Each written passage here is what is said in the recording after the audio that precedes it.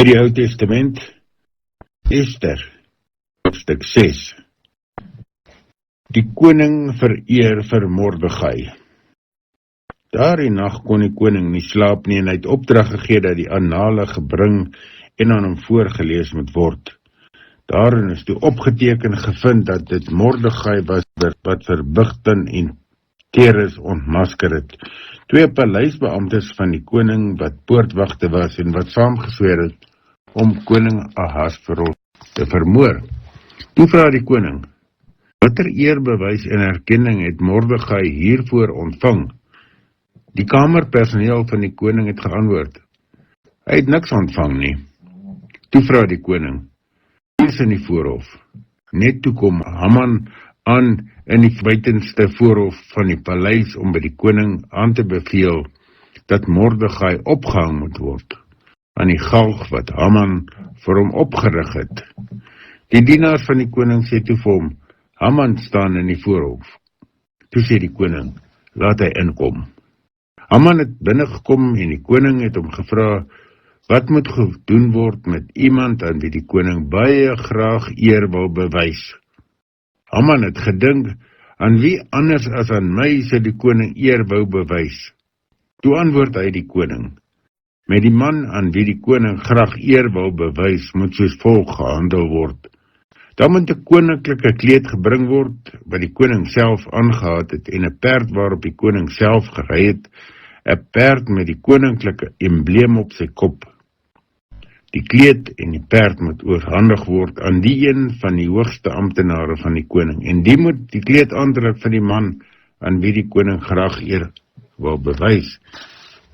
Die amptenare moet die man dan op die perd oor die stadsplein laat ry en voor hom uitroep, so word gemaak met iemand aan wie die koning graag eer wil bewys.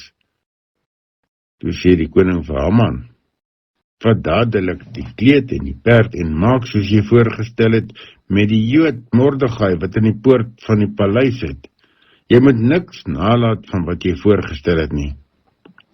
Haman het toe die kleed en die perd gevat, die kleed vir Mordegai aangetrek om oor die stadsplein laat ry en voor hom uitgeroep, so word gemaak met iemand aan wie die koning graag eer wil bewys.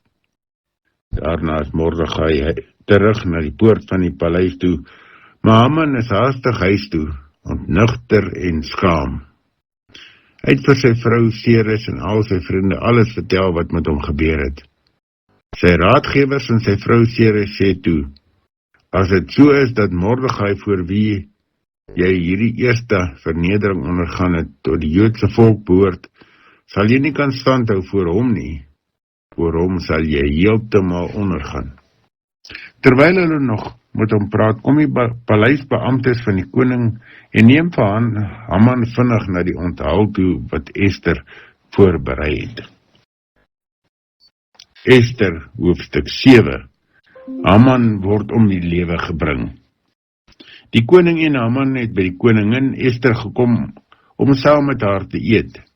Terwyl hulle by hierdie tweede geleentheid besig was om wyn te drink, vra die koning vir Ester, wat is dit wat jy wil vra? Dit sal vir jou gegee word. Wat is jou versoek? Alles het ook die helfte van die koninkryk, dit sal toegestaan word. Koningin Ester het antwoord toe, as die koning my goedgesind is, en die koning het goed vind, laat my en my volk toe om te bly lewe. Dit is my wens en my versoek. Ek vra dit, want ek en my volk is verkoop om voor die voet uitgeroei te word. Was ons maar net slawe en slavinne verkoop, sou ek stil gebly het, want dan sou die ramp nie soveel skade aan die koning se belange veroorsaak het nie. Toe vra koning Ahasveros vir die koningin Ester, wie is dit wat so iets beplan? en waar is hy? En Ester antwoord, die teestander en die vyand is hierdie lae mens, hierdie Haman. Haman het baie groot geskrik, daar in die teenwoordigheid van die koning en die koningin. Die koning het woedend van die eet af opgestaan en in die tuin van die paleis toe gegaan. Haman het egter bly staan by die koningin Ester om sy lewe te smeek, want hy het gesien dat die koning klaar oor sy ondergang besluit het. Net toe Haman neerval op die rusbank waarop Ester sit, kom die koning uit die tuin van die paleis terug in die saal waar die maaltyd gegee is. Toe sê die koning, wil jy nou ook nog die koningin hier by my in die paleis aanrand? Skaars het die koning dit gesê of sy dienaars het vir Haman kom blinddoek.